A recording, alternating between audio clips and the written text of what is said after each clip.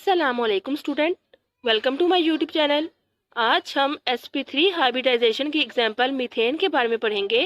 पिछली वीडियो में हमने sp3 हाइब्रिडाइजेशन की डेफिनेशन, स्टेप्स ऑफ हाइब्रिडाइजेशन और डेफिनेशन ऑफ हाइब्रिडाइजेशन के बारे में पढ़ा। तो एग्जांपल देखते हैं। मीथेन का फॉर्मूला होता है CH4। तो कार्बन एटम की यहाँ पर हाइब्रिडाइजेशन होगी और जो कार्बन एटम के हाइब्रिड ऑर्बिटल बनेंगे उनका बॉन्ड बनेगा 4 हाइड्रोजन एटम के साथ। कार्बन एटम का एटॉमिक नंबर 6 होता है, मतलब इसमें 6 नंबर ऑफ प्रोटॉन होते हैं और हमें पता है कि एटम के जितने नंबर ऑफ प्रोटॉन होंगे उतने ही नंबर ऑफ इलेक्ट्रॉन होंगे। तो कार्बन में नंबर ऑफ इलेक्ट्रॉन भी 6 ही होंगे। और कार्बन की ग्राउंड स्टेट देखते हैं, मतलब ऐसी स्टेट जिसमें इलेक्ट्रॉन्स प्रेजेंट होते हैं। इलेक्ट्रॉनिक कन्फिग्रेशन से शो किया गया है। 1s मतलब फर्स्ट शेल में s ऑर्बिटल, 2s मतलब सेकंड शेल में s ऑर्बिटल और 2p मतलब सेकंड शेल में p orbital. Student, first shell में एक ही ऑर्बिटल होता है और वो s होता है। सेकंड शेल में 4 ऑर्बिटल होते हैं, एक s ऑर्बिटल और 3 p ऑर्बिटल्स।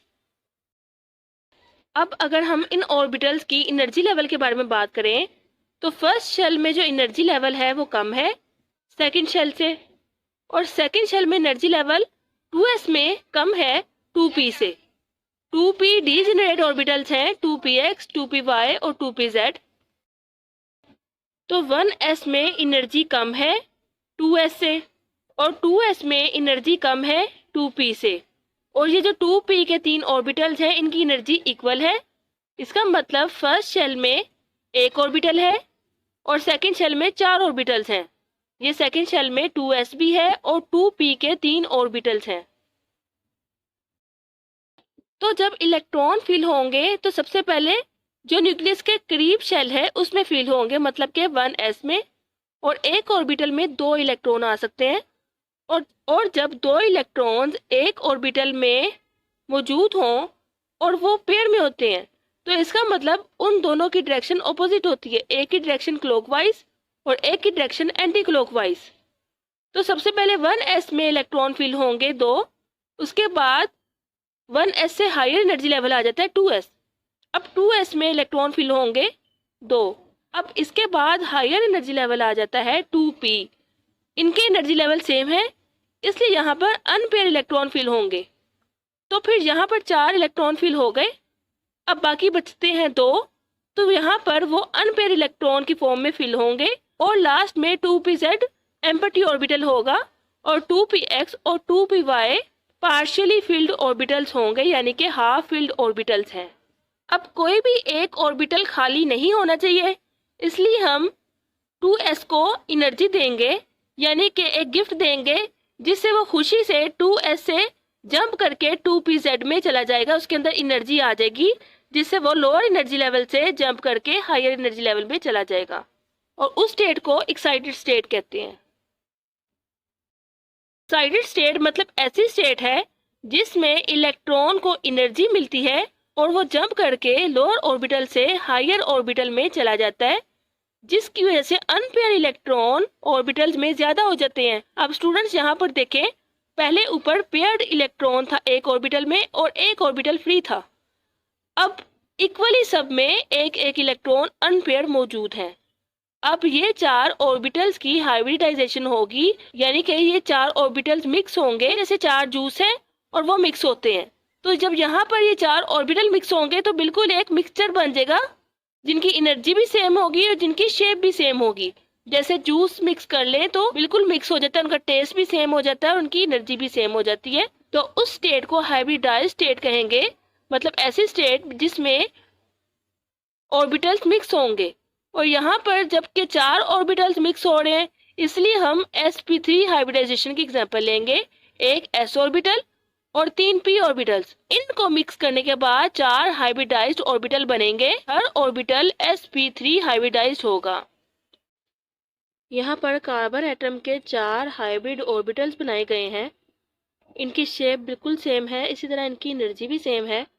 तो हर हाइब्रिड ऑर्बिटल में एक एक इलेक्ट्रॉन शो किया गया है। जो इलेक्ट्रॉन यहाँ पे हैं वही इलेक्ट्रॉन्स यहाँ पर रेड कलर में शो किया गया है।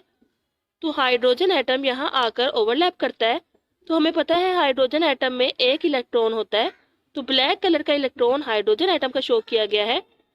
तो हाइड्रोजन एटम के s ऑर्बिटल में जो इलेक्ट्रॉन होगा, एक इलेक्ट्रॉन, वो sp3 हाइब्रिड ऑर्बिटल के साथ बॉन्ड बनाएगा, तो पेयर में इलेक्ट्रॉन हो जाएंगे और इस तरह से बॉन्डिंग हो जाएगी।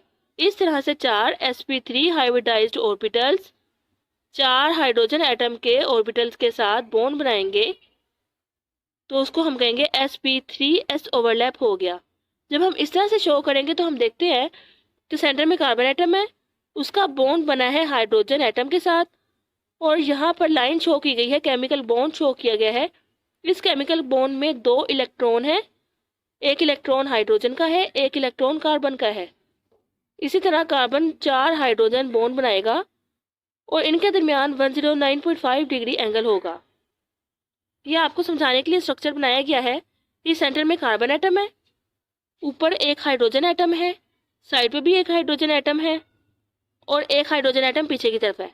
तो हम कहेंगे कि 2 हाइड्रोजन एटम आगे की तरफ है प्लेन में और एक हाइड्रोजन एटम पीछे की तरफ है, यानी कि प्लेन के पीछे की तरफ है, और एक हाइड्रोजन एटम ऊपर की तरफ है। ये देखें, तो ये 2 हाइड्रोजन एटम, ये 2 हैं, ये आगे की तरफ है, ये सेंटर वाला हाइड्रोजन एटम पीछे की तरफ है, ये वाला, और ऊपर वाला हाइड्रोजन एटम ये है। एक्सप्लेनेशन है इसकी, 4 sp3 hybrid orbitals of carbon atom overlap with 4 1s orbitals of hydrogen atom. ये 4 sp3 hybrid orbitals carbon atom के ओवरलैप करेंगे 4 हाइड्रोजन एटम्स के साथ। 4 sp3s ओवरलैप फॉर्म्ड। जब ये ओवरलैप करेंगे तो हम कहेंगे कि 4 ओवरलैप हुए हैं, sp3 हाइब्रिड ऑर्बिटल और एक s ऑर्बिटल। इस तरह के 4 ऑर्बिटल्स ओवरलैप हुए हैं और 4 बॉन्ड बने हैं। 4 carbon hydrogen atom sigma bond formed. तो जब ये ओवरलैप होंगे तो इनके दरमियान जो बॉन्ड बनेगा वो सिग्मा बॉन्ड होगा। तो हम कहेंगे कि 4 कार्बन और हाइड्रोजन एटम के सिग्मा बॉन्ड बने हैं। ज्योमेट्री इसकी टेट्राहीड्रल है। टेट्राहीड्रल मतलब ऐसी ज्योमेट्री जिसमें 2 कॉर्नर आगे की तरफ है, एक कॉर्नर ऊपर की तरफ है और एक कॉर्नर पीछे की तरफ है। बॉन्ड एंगल टेट्राहीड्रल स्ट्रक्चर में 6 बनते हैं और 6 एंगल 109.5 डिग्री होंगे। अब हम स्ट्रक्चर ऑफ मीथेन देखते हैं। इसके 4 कॉर्नर होते हैं। 4 कॉर्नर मतलब जैसे हम यहाँ पर देखते हैं, यहाँ पर 2 कॉर्नर आगे की तरफ है हाइड्रोजन एटम के, कार्बन एटम सेंटर में है, एक कॉर्नर पीछे की तरफ है और एक कॉर्नर ऊपर की तरफ है। इस तरह से 4 कॉर्नर बन गए। 4 फेसिस। फेसिस मतलब ये हमारे पास स्ट्रक्चर है। इस स्ट्रक्चर के 4 फेसिस हैं। एक 1 फेस, 2 फेस, 3 फेस और नीचे वाला 4 फेस। इस तरह से हमारे पास इसके 4 फेस आते हैं। क्यों? क्योंकि ये 4 ट्रायंगल से मिलकर बना है। एक ट्रायंगल जे है, एक ट्रायंगल जे है, एक ट्रायंगल जे है और एक ट्रायंगल नीचे वाला। तो ये 4 फेसिस से मिलकर बना है क्योंकि ये 4 ट्रायंगल से मिलकर बना है, इसीलिए इसके 4 कॉर्नर भी हैं। 6 एजिस। एजिस मतलब वो लाइन जो 2 कॉर्नर्स को ज्वाइन करती है।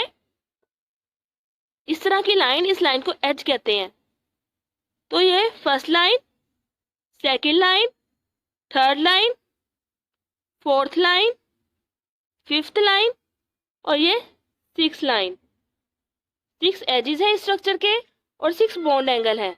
बॉन्ड एंगल मतलब एक first bond angle, second bond angle, third bond angle, fourth bond angle, fifth bond angle और 6 बॉन्ड एंगल। इस तरह से 6 बॉन्ड एंगल इसके बन गए।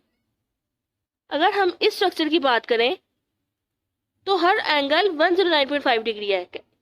इन 2 हाइड्रोजन एटम के दरमियान एक एंगल हो गया, इसका और इसका दूसरा एंगल, इसका और इसका तीसरा एंगल, इसी तरह इसका और इसका चौथा एंगल, इसका और इसके साथ 5वां और इसका इसके साथ 6ठा angle. Thank you so much for watching my video. Next video में हम मज़ीद एग्जाम्पल देखेंगे।